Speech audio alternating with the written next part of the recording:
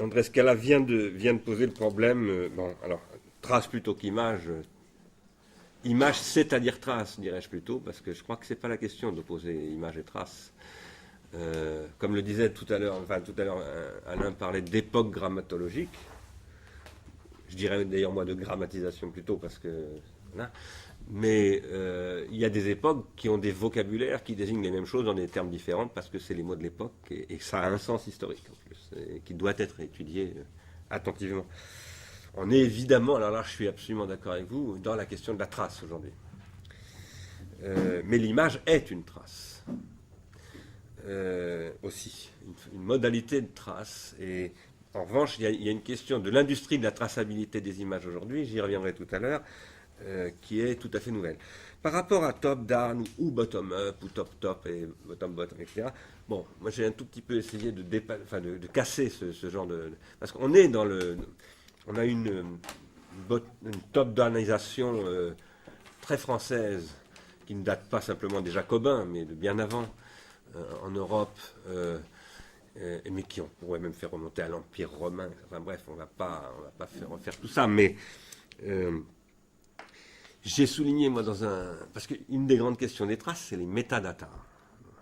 J'ai souligné dans un papier récemment, qui a été publié d'ailleurs avec Alain et Christian Forêt, que je soutiens, ça peut se discuter, il y a des gens qui vous diront c'est faux, peut-être, j'en ai pas encore rencontré, mais ça viendra.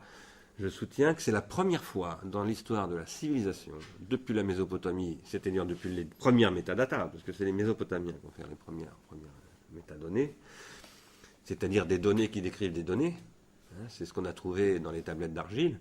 C'est la première fois qu'on a une production bottom-up de telles métadatas, et non pas top-down.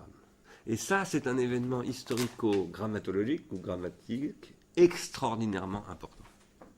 Absolument nouveau. Alors là, par rapport à quoi on ne sait pas quoi faire des éléments. Bon. Mais ça produit beaucoup d'éléments, ça. Énormément d'éléments. Alors, Sophie Géel parlait tout à l'heure de la parole, de la question de la parole. Moi, j'appelle ça de la question du dialogisme. Alors, et je prends le terme au sens de Bakhtin.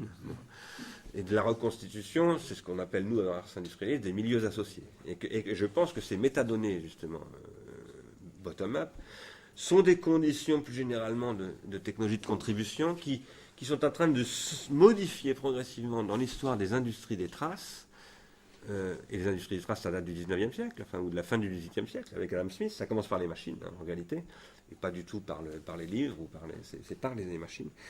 Il y a quelque chose qui est, à notre avis, en train de se transformer, qui est un phénomène qui conduit à ce que certains appellent, et moi je ne vais pas employer ce mot jamais, l'interactivité, etc., et qui pose des questions tout à fait nouvelles, qui ont été, à mon sens, mal posées par les penseurs de l'interactivité en règle générale. C'est-à-dire ceux qui l'ont pensé, dans le domaine artistique, par exemple, l'œuvre interactive, etc., je crois que ça a été en général mal pensé. Vous posiez la question d'associer les industries de programme. En fait, on l'a prévu au départ. C'était un petit peu dans notre but. Moi-même, alors j'étais très heureux que vous parliez d'apprendre le journal télévisé parce que j'y suis à l'origine. Avec d'ailleurs, c'est à l'époque qu'on travaillait ensemble avec Sylvie pour l'INA, de ce truc-là, bon, qui a mis longtemps et tout ça. On avait d'autres programmes très très intéressants qui s'appelaient Eurodelf, de faire des archives franco-allemandes de la guerre, enfin de la période, de l'histoire franco-allemande. Bon, ça n'a pas pu se faire pour des raisons X et Y. Et si j'en parle là, c'est parce qu'il y avait Nathan dans l'affaire, qu'il y avait des éditeurs, et que je suis absolument convaincu qu'en effet, il faut qu'il y ait des éditeurs. En plus, Nathan est un très bon éditeur, très sérieux. Tous ne le sont pas. Et on avait envisagé au départ. Bon. Puis on en a discuté, bon, et comme on avait envisagé de faire aussi intervenir des personnes du monde de la production, disons, de la production. Puis finalement, bon, on a opté, en particulier dans une réunion qu'on a eue il y a un mois, bon, en disant un peu plus tard. Un peu plus tard, pourquoi? Parce que mon expérience, mais ça c'est peut-être discutable, c'est que c'est quand même très très difficile, quand on a des acteurs qui ont des intérêts économiques, d'avoir le type de discussion qu'on a sans que tout de suite ils nous emmènent vers... voilà.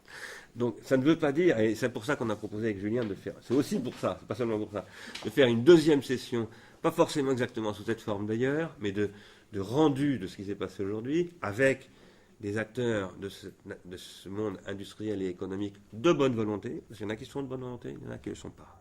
Il y en a qui font croire qu'ils le sont, mais on sait très bien que ce n'est pas le cas, etc., etc. Mais il y en a qui sont de très très bonne volonté. Il y en a partout. Pour ouvrir cette discussion, mais évidemment là, la proposition centrale que je fais, moi, c'est en fait de lancer de nouveaux programmes éditoriaux avec des éditeurs en disant c'est pas l'État qui fera ça, jamais, enfin jamais, pourquoi pas, mais moi je n'y crois pas du tout. Collectivité territoriale peut-être, ça c'est une des choses sur lesquelles je voudrais revenir à propos de ce que disait Philippe Mériot tout à l'heure. Quoi qu'il en soit, ce que soulevait Christian Gautelier, la question des deux niveaux, et c'est-à-dire des deux temps aussi. Hein. Il y a une urgence, et il faut y répondre, vous avez tout à fait raison, on est en état d'extrême urgence. Et donc, il faut d'abord faire savoir qu'on s'en occupe, voilà, je pense, et que ça existe, et que les gens ne sont pas seuls dans leur coin, complètement paumés, etc. Mais en même temps, il faut, comme disait l'autre, je ne sais plus comment, prendre le temps de ne pas se presser, surtout pas. Bon, parce que justement, cette court-termisation, ces courts-circuits, etc., bon, bah on nous met tout le temps cette espèce d'épée dans le dos en disant dépêchez-vous, allez encore plus vite que le marché, en quelque sorte. Et non, il faut dire non, ça suffit. Maintenant, on veut prendre le temps. Mais, alors, je pense que c'est un peu comme par rapport à la crise actuelle où il faut, j'en ai parlé dans un bouquin, à la fois dire, bah oui, les chômeurs, il faut éviter qu'il y en ait trop. Donc, bien entendu, il faut essayer de trouver des solutions pour l'appareil industriel existant. Mais en même temps, il faut travailler à un autre appareil industriel parce que cet appareil-là est foutu. Et donc, il faut arriver à travailler sur les deux temps et être crédible sur les deux. Moi, je pense qu'on peut être très crédible sur les deux parce que de toute façon, c'est quand on fait ça qu'on est crédible. On est toujours dans deux temps, en réalité, plus ou moins. Mais ça n'existe jamais qu'on soit dans un temps pur, ça s'appelle le ciel des idées, ou qu'on soit dans le pur caca de la corruptibilité du monde sublunaire. Bon, on est toujours un peu dans les deux, sauf quand on est psychotique. Voilà. Et c'est ça la psychose, justement. Donc on va essayer de ne pas l'être, psychotique. Et là, je reviens sur ce que disait Alain Giffard, à quoi je suis évidemment comme toujours très sensible. Je crois que tu as raison dans ce que tu disais, mais je crois que... Alors, moi, les éléments, c'est ce que dit Aristote, hein, c'est ce qu'il y a de plus dur à voir, de toute façon. Hein, les éléments, ça vient toujours en dernier. On croit toujours, parce que c'est une reconstruction après coup qui fait qu'on dit qu'ils étaient au début. C'est aussi ce que dit d'ailleurs Auroux. Il dit, bah, on croit qu'on a commencé par les lettres, les parties du discours et tout, mais pas du tout. Ça, c'est venu très, très tardivement après. On est d'abord dans le caca empirique. Et dans ce caca empirique, on rhizomatise, on fait des machins, bon, il y a des trucs qui... Bon. Maintenant, où en sommes-nous de l'histoire de ce caca empirique-là? Moi, je ne crois pas du tout qu'on soit au début. Je crois qu'on est à 2 siècles et demi d'industrialisation des traces et de recul par rapport à ça, et que par ailleurs, on est dans une situation absolument critique, c'est-à-dire que là, on a le couteau dans le dos. Mais ce n'est pas le couteau dans le dos du marketing, on a le couteau dans le dos de la survie, purement et simplement. C'est-à-dire que si on ne fait rien, maintenant, là, on sait que la catastrophe est absolument quand même imminente, hein, sans être catastrophiste. Alors, par rapport à ce que tu disais, et pour reprendre sur l'époque d'Aristote et d'avant, enfin d'un siècle avant, ou un siècle et demi avant, ben, qu'est-ce qu'on faisait dans les écoles grecques? On étudiait Homère. C'est-à-dire qu'on était dans le plus haut, le plus ambitieux, etc. Et moi, c'est pour ça que je plaide pour dire il faut... commencer par Paris 1, par Normal Sup, quand je dis commencer, c'est pas commencer par, mais en général, on se pose la question, partons de l'école élémentaire, de la maternelle, etc., puis voyons comment on va monter. Mais non, c'est pas non plus descendons depuis le Collège de France jusqu'à la maternelle. Non, il faut que ça prolifère dans tous les coins. Mais en revanche, il est indispensable. C'est ce que disait, à mon avis, très très clairement Sylvie. C'est-à-dire que si ça n'est pas au niveau des gens qui sont les plus outillés, en principe en tout cas, et qui ont les conditions en principe les plus optimales d'avoir du temps, parce que quand on fait une thèse, normalement on a au moins 4 ans, bon, etc. Avec des profs qui sont quand même, qui savent à peu près de quoi ils parlent, et que, avec des soutiens politiques qui fait que c'est pas parce que je bosse sur le cinéma que je vais me faire flinguer au CNU. Parce que c'est quand même ça le gros problème d'aujourd'hui. Il faut dire les choses comme elles sont. Le CNU a une responsabilité écrasante, les CNU. Les commissions de CNU ont une responsabilité écrasante dans la situation française d'aujourd'hui. Hein. Et ça, c'est ce qui manque au discours de Gauchet. Parce que là-dessus, il ne dit pas un mot, hein, dans le truc qui est paru dans le Monde d'hier. Mais sur les sujets dont on parle, c'est pareil. il y a une espèce de dénégation et de censure, et même de terrorisme institutionnel, qui fait que tous les trucs dont on parle aujourd'hui sont interdits de séjour à l'université. On se fait flinguer quand on parle de ce genre de questions. Et bien ça, il faut que ça bouge, et ça, si c'est pas porté politiquement, et alors là, par un mouvement citoyen, mais avec du savoir, pas des experts, mais avec beaucoup de savoir, beaucoup d'expérience, ça ne se fera pas. Alors, le problème que soulevait Jean-Max tout à l'heure, je ne suis pas d'accord avec l'Eximap et la tour. Parce qu'avant, il y a eu Candide. Et Candide, c'est pas la tour. Non. Ça vient après. Non. Non. Candide, ça vient d'une demande d'EDF de travailler sur des problèmes de documentation aliénistes. Oui, je sais que tu connais. D'accord. Enfin, on en reparlera. D'accord. Moi, ce que je crois, c'est que quand Candide et l'Eximap est sorti, c'est parce que sortait de partout un certain nombre de trucs, et que, bien entendu, l'intelligence de Bruno Latour et de la CSI, c'est à un moment donné d'avoir compris, et d'en avoir fait un objet intellectuel. D'accord. Cela étant, ce que tu as soulevé comme problème pour moi relève de ce que parfois on appelle maintenant les software studies, et dont je pense que c'est une des propositions que je n'ai pas voulu faire ce matin, mais bon, ça fait partie du paquet dont je parlais ce matin. Il y a un concept de software studies, qui est-ce qu'il est, alors avec tous les problèmes, comme les cultural studies, etc., qui sont souvent des trucs assez problématiques, qui ont des aspects problématiques, mais qui ont aussi des aspects extrêmement importants. Et dans le domaine des software studies, il y a quelque chose qui est en train de se mettre en œuvre avec Lev Manovich, avec Matt Fuller, avec un certain nombre de personnes comme ça, aux États-Unis, en Angleterre essentiellement, où on dit, écoutez, l'informatique, c'est plus du tout un problème d'informaticien, l'informatique, c'est l'écriture d'aujourd'hui. Donc, si on veut travailler sur ces sujets sérieusement, il faut évidemment beaucoup d'informaticiens, parce que l'informatique, c'est une industrie et c'est une technoscience, c'est pas l'archaïsme empirique de l'écriture des Mésopotamiens. Et entre la Mésopotamie et la Grèce, il s'est passé 1500 ans ou 2000 ans, mais entre la souris et l'icône de la fin des 70 au Xerox PARC et aujourd'hui, c'est passé très très peu de temps, et ça a pénétré en 25 ans ce qu'il a fallu peut-être 5000 ans pour... Bon, donc les problèmes changent, là aussi, ça c'est des problèmes d'époque grammatologique. Et je pense qu'il faut documenter une réforme des instruments du savoir, pas simplement des programmes, c'est ça que je crois que voulait dire Jean-Max, des instruments, mais sachant que les programmes supposent des disciplines et qu'il n'y a pas de discipline sans instrument du savoir.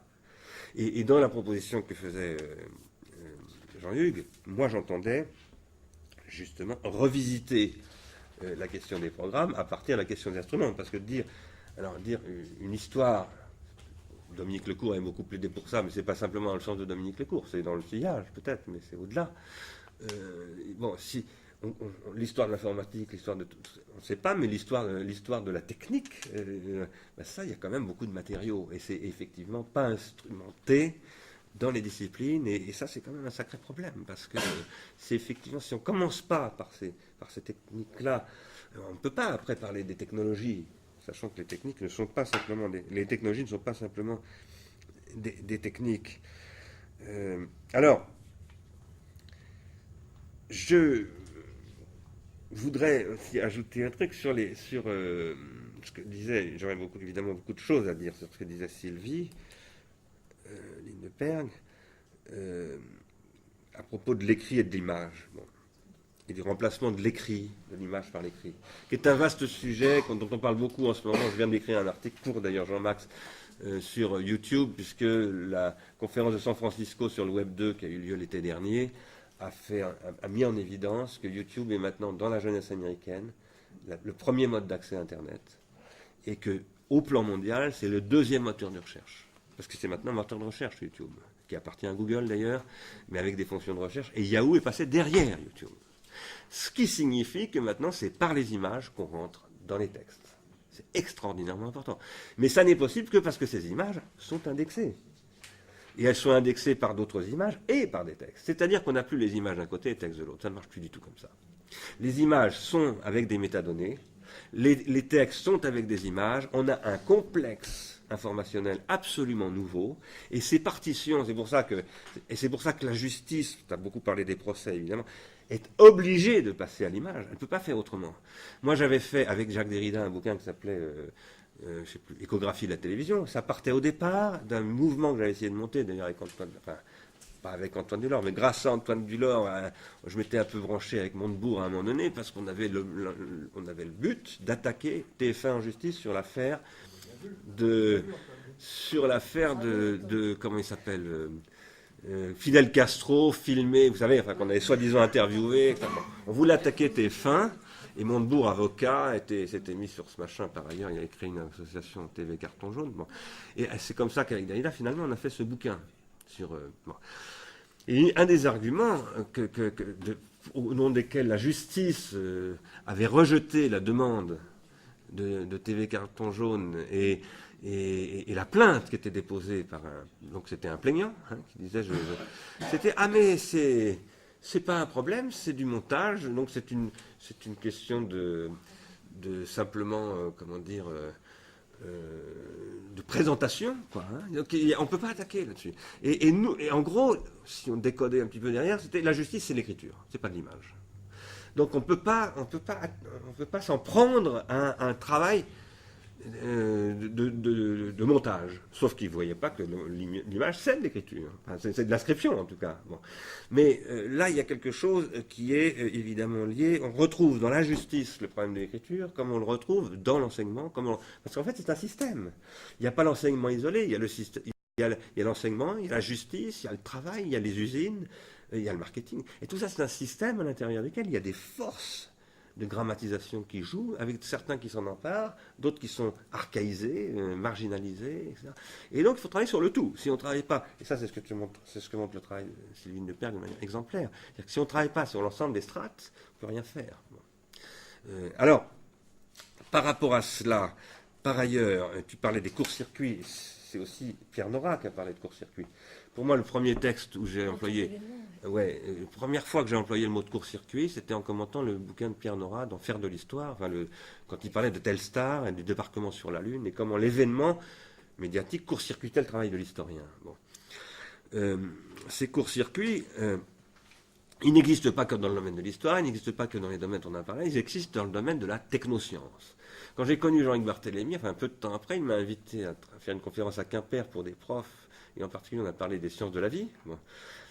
Et on a parlé de ces élèves qui se retrouvent devant des enseignants, où ils ont écouté la veille au soir sur un talk show des trucs sur les OGM, sur les thérapies géniques, sur la procréatique, etc. Et ils posent la question des enseignants qui sont absolument dans l'incapacité de répondre, puisque ces enseignants n'ont jamais eu la moindre formation sur ces sujets, que le temps de la technoscience est devenu extraordinairement rapide, qu'il y a des temps de transfert aujourd'hui, déjà, Bertrand Gide le disait déjà, en 1979, dans son Histoire des techniques, il avait fallu 5 siècles pour transférer du bitume de Judée, enfin bon, 5 siècles j'exagère, mais 2 siècles du bitume de Judée à la photographie. Bon, il disait le radar, il a fallu 15 ans, et aujourd'hui on est temps de transfert de l'ordre de quelques mois. Bon, la technoscience, ça n'est pas la science.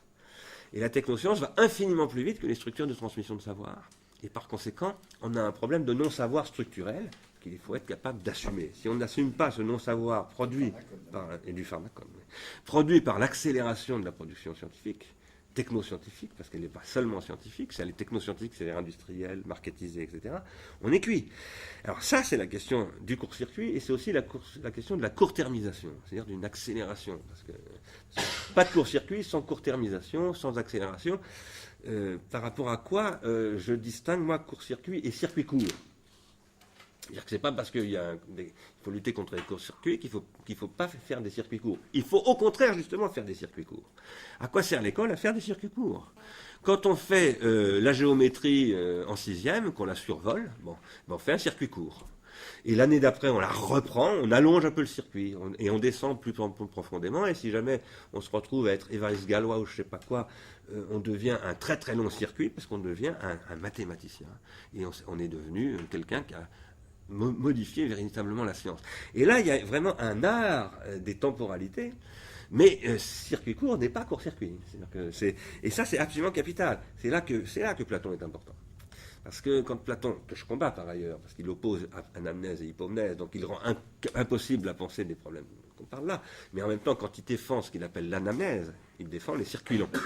Il dit, oui. Excuse-moi, est-ce qu'on ne pourrait pas dire, pour justifier ce que tu viens de dire là, est-ce qu'on pourrait préciser et justifier en disant que la distinction entre le court-circuit et le circuit court, c'est le fait que le circuit court, dont tu viens de donner l'exemple à l'école, c'est celui qui est capable d'intégrer un circuit long, alors que le court-circuit ne peut pas le faire. Tout à fait. C'est exactement ça, et je l'ai d'ailleurs écrit quelque part, c'est un circuit court, c'est un mode d'entrée dans les circuits longs. Autrement dit, c'est un accès. Comme les formes courtes. Comme les formes courtes. Et là, je voudrais y venir aussi pour ouvrir une discussion avec Philippe Mérieux sur ces questions-là. Bon, Sylvie, à un moment donné, tu n'as pas employé ce mot, mais tu as parlé alors, des images comme usage cinématographique du passé, tu as commencé par là. Bon, comment on utilisait le cinéma pour fabriquer du passé même. Hein, c'était des choses que tu as montrées sur la reconstruction de l'histoire de la résistance, etc. etc. Et opérateur d'histoire. Bon, et c'est là qu'on avait beaucoup discuté aussi. Bon. Et toi, ce que tu posais comme question avec, je ne retiens pas, ton directeur de thèse, pendant ta thèse, disons plutôt, ou dans ta thèse, c'était, moi j'ai noté réflexivité. C'est-à-dire comment, à un moment donné, un objet devient un support de réflexivité. Et ce que tu fais, ça transforme ce qui pourrait être un poison. Et la manipulation des archives peut être un poison, hein, pas forcément un poison, mais en tout cas peut être toxique. En tout à coup, quelque chose qui devient, sinon un remède, un soin en tout cas. Bon, quelque chose où on prend soin du passé, on prend soin de la conscience historique, on prend soin de soi et du monde. Cette réflexivité, moi je crois qu'aujourd'hui, et parce que je pense que pour revenir à ta question Alain, il faut que nous arrivions à spécifier le caractère de notre époque grammatologique ou de dramatisation. Qu'est-ce qu'il y a de spécifique aujourd'hui? Et qu'est-ce qui fait qu'aujourd'hui, ce que nous disons, nous pouvons le dire qu'on ne pouvait peut-être pas le dire il y a encore 10 ans? Il y a beaucoup de choses. Il y a par exemple le fait que YouTube devient le moteur de recherche numéro 2 et certainement numéro 1 dans pas très longtemps. Mais pourquoi YouTube peut-il le devenir? C'est parce qu'il y a des métadonnées derrière, etc. Et tous ces machins-là, moi j'ai plein d'idées là-dessus, elles sont ce qu'elles sont, je ne vais pas les exposer, vous embêter maintenant avec, mais ces machins-là, ce sont des opérateurs de réflexivité. Ça, j'en suis absolument convaincu. Ce sont des opérateurs de réflexivité qui ne sont pas forcément ni académiques, ni top-down, ni je ne sais pas quoi, mais qui produisent de la répétition. Tu as soulevé la question de la répétition. C'est très très important. Bon, je vais faire une référence à ma fille. Moi, j'ai une petite fille, une fille de 10 ans, qui n'a pas la télévision, qui n'est pas sur c'est MSN, qui n'a rien de tout ça, sauf qu'elle a créé un groupe qui s'appelle les Pommes Dauphines, qui fait des films sur YouTube. Et pourquoi? C'est parce que elle est aujourd'hui en capacité, avec des gamines, avec les outils dont on dispose, etc., d'avoir un rapport réflexif aux images. Elle fait des images. Elle ne regarde pas, mais elle en fait. Quand je dis qu'elle ne regarde pas, c'est pas vrai, parce évidemment, elle regarde des images, on lui montre des films, etc. Mais on la laisse pas regarder des images dans les conditions que nous avons décidé, on a peut-être tort, je parle de mon épouse et de moi-même, qu'elles étaient devenues trop toxiques pour qu'on les laisse regarder. Mais elle en regarde dans la mesure où elle en fait. Et là, je voudrais dire qu'on a soulevé à un moment donné, je ne sais plus comment ça s'est posé, j'ai perdu ma feuille apparemment, une question qui est la question de la motricité. Mais je la perds, je l'ai perdue, je ne sais pas pourquoi, je ne sais pas où elle est passée. Question de la motricité, qui est que pendant très longtemps, nous avons été dans un rapport aux images, par exemple de télévision, même au cinéma, mais au cinéma c'était très différent, qui était un rapport de motricité suspendue, c'est-à-dire interruption de la motricité. Le CIEM l'a beaucoup souligné, vous l'avez souligné, Sophie. Donc, en passant, Winnicott montre que, alors sur Baby First c'est absolument catastrophique, parce qu'un enfant, c'est ce que vous disiez, un bébé de 2 ans, c'est par la motricité qu'il est capable de produire du symbolique, parce qu'il ne sait pas encore parler, ou à 1 an en tout cas c'est évident. Et donc la motricité absolument capitale. Suspendre la motricité à cet âge-là, c'est absolument détruire la construction psychique. C'est la rendre... Pardon? Par le sensoriel également. Oui, par le sensoriel. Mais par motricité, j'entends la corporéité, bon, etc. Mais ce qui est vrai de la suspension de la motricité chez les mômes l'est aussi chez les adultes. Et moi j'ai beaucoup travaillé quand j'étais à l'IRCAM et en ce moment à l'Institut de recherche et d'innovation sur les motricités de la musique, les motricités de la peinture, etc. Je montre partout où je passe le tableau d'Hubert Robert ou les roturiers qui arrivent en 1796 au musée du Louvre, qui était avant la Galerie Royale où les roturiers n'avaient pas le droit d'entrer. Qu'est-ce qu'ils font? Il y a 20 tableaux d'Hubert Robert qui le montrent au musée du Louvre. Ils peignent, ils copient. Et ils font ce que dit Goethe exactement à l'époque, qui dit un tableau que vous n'avez pas copié, vous n'avez pas le droit d'en parler, vous n'avez pas pu le voir. Il faut avoir copié pour voir. et ce que disait Caylus avant, etc., etc. Alors je ne dis pas que c'est forcément vrai sous cette forme, mais ce que je veux dire en revanche, c'est qu'il y a des circuits de motricité qui font qu'à un moment donné, on ne peut recevoir que ce qu'on est capable de restituer. Ça, c'est ce que tous les profs savent, c'est le b.a.-ba de l'enseignement. Et aujourd'hui, c'est un aspect spécifique de notre époque pharmacologique qu'il y a de la motricité qui se reconstitue. Le simple fait que je puisse dire j'ai lu cet article du Monde, je fais un clic et je l'envoie à Antoine Dulor, c'est déjà une forme de motricité. Ça inscrit, je redeviens un acteur des circuits de transindividuation. Je suis plus simplement une situation de pure consommation. Alors, si je dis ça, c'était pour ouvrir en fait aussi une proposition sur ce que fait, à partir de ce que fait Philippe Mérieux dans Cap Canal. Moi, je me suis beaucoup intéressé aussi à l'audiovisuel. Bon, pas dans la même situation parce que j'étais à l'INA à l'époque. J'étais en charge de la production de l'INA, entre autres choses. Et j'ai essayé de faire des choses par rapport à quoi, ça croit ce que vous disiez tout à l'heure, Philippe, c'est j'ai eu une résistance des réalisateurs, mais catastrophique, quoi. L'intériorisation du zapping, enfin, des critères, de passer à l'antenne, etc. Il y a très très peu de réalisateurs qui échappent à ça. J'en connais un, c'est Jean-Louis Comolli, que j'ai failli inviter d'ailleurs ce matin. Je me suis dit, si on l'invite, bon, lui, il est extrêmement. Lui, il est en rupture avec les professionnels. Bon, hein. C'est un des seuls que je connaisse qui vraiment ne marche pas là-dedans. Et qui a bossé par ailleurs sur Rossellini, le projet de Rossellini éducatif, et qui vient de faire un film avec Sylvie Lindeperg. Mais là-dessus, je pense qu'il y a une question de la télévision, qui est qu'est-ce qu'on appelle la télévision, et plus généralement pas la télévision, mais l'audiovisuel. Ça bouge.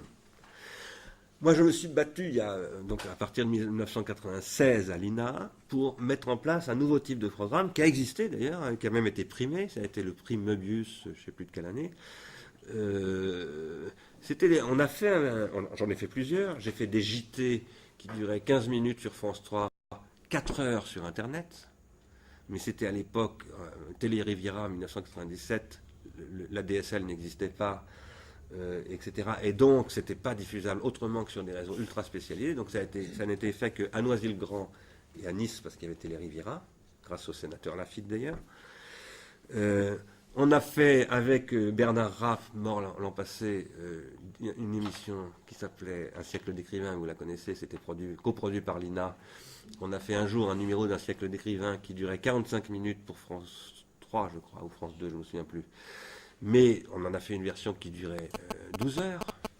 Et sur ces 12 heures, pourquoi 12 heures? C'est parce qu'un jour, je me suis retrouvé avec les deux metteurs en scène, Nicolas Stern et je ne sais plus le nom de l'autre, qui est Rabourdin, en salle de tournage, de dérochage, de visionnage, pour arbitrer des conflits sur le montage. Et j'ai donc découvert qu'ils avaient rassemblé 15 heures d'archives sur Roger Caillois, et que c'était un matériau fabuleux de recherche doctorale. Parce qu'ils avaient eu 500 000 balles pour aller chercher des images en Amérique latine, etc.